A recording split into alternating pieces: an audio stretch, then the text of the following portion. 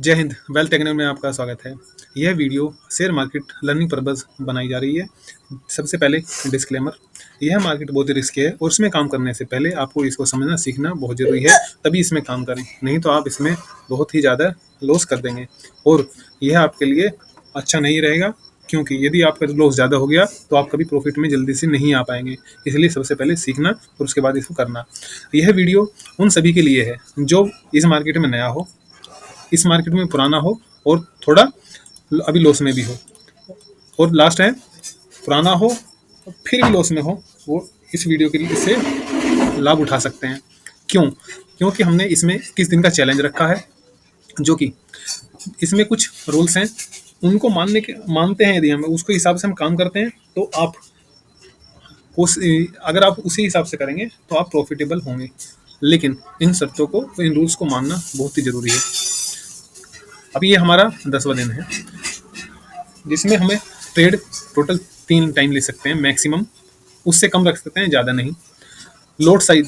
Size fix होगा, जिसमें हमने एक लोड से हम काम कर रहे हैं शुरुआत में, आप कितने भी रख सकते हैं, और मैं तो यही सजेस्ट करूंगा कि आप एक ही लोड पे काम करें और लॉस मिनिमम से मिनिमम करें, जिससे आप जब लॉस आपका कम होगा तो प्रॉफिट अपना आप ही बढ़ जाएगा। और चौथा बात है कि टाइम, आप जितना इस मार्केट को, चार्ट को जितना ज़्यादा टाइम देंगे, यह आपको समझने के लिए और उसमें कुछ पॉइंट्स किस तरह से गेन कर सकते हैं उसमें मदद मिलेगी, और आगे के प्रिडिक्शन कैसे करते हैं वो आपको काफ़ी हेल्पफुल होगा। तो इन चारों पॉइंटों को ध्यान में रखते हुए हम इस ट्रेडिंग सिस्टम को अप्लाई करेंगे और 21 दिन का चैलेंज करेंगे, जो कि आप इसमें अच्छा, अगर इसी तरह से करते रहेंगे इनको समझ के, तो आप इसमें प्रॉफिटेबल होंगे। और पैटर्न, आप कोई भी पैटर्न इस्तेमाल कर सकते हैं जो आपको अच्छा लगता है, उनमें उसको बार बार चेंज ना करें और उसकी बारीकियों को पहचानें और उसी को कंटिन्यू इस्तेमाल करें।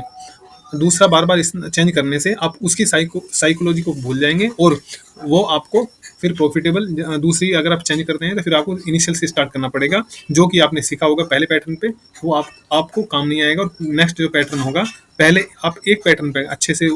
उसको सीखें और उस पर काम करें, उसके बाद नेक्स्ट को करें। इसलिए एक जो भी कोई भी आपको पैटर्न अच्छा लगता है, या तो ये पैटर्न हो सकता है, आप ट्रेंड लाइन होते हैं, इंडिकेटर हो सकता है, कोई भी आप इस्तेमाल करके आप इसमें काम कर सकते हैं। उसके बाद में जब ट्रेड लें तो इन चीज़ का ध्यान रखें कि आपका ट्रेंड कौन सा चल रहा है, डाउन ट्रेंड, अप ट्रेंड, और साइडवेज में बिल्कुल केयरफुली काम करें, क्योंकि स्टार्टिंग में आप गलती करने के ज़्यादा चांसेस हैं। और यदि आपने देखा भी होगा, आप अगर पुराने ट्रेडर्स हैं तो आपको पता होगा कि अगर साइडवेज ट्रेंड चला हुआ है तो काफ़ी लॉस होते हैं, तो ये बात ध्यान रखें। ये हमारा चैलेंज का 10वां दिन है, जो कि हमारा ये रेड में क्लोज हुआ है। आप इसको देख सकते हैं, हमने टोटल, जैसे कि हमारी प्लानिंग के हिसाब से 3 ट्रेड लिए हैं,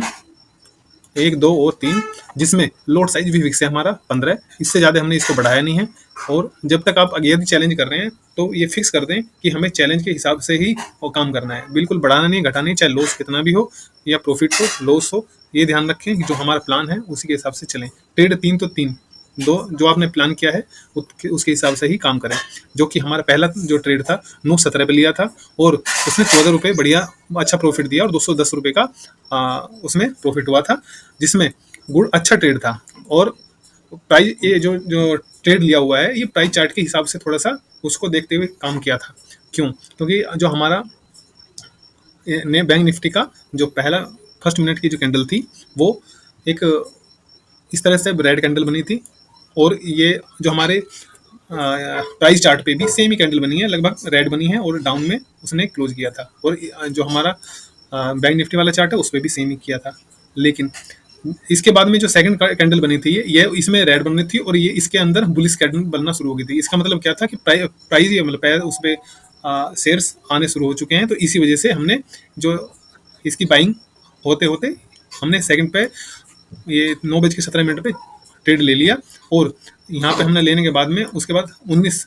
17, 18, 19 और 20 पे हमने निकाल दिया, जिसमें कि हमारे को अच्छे से 18 रुपये,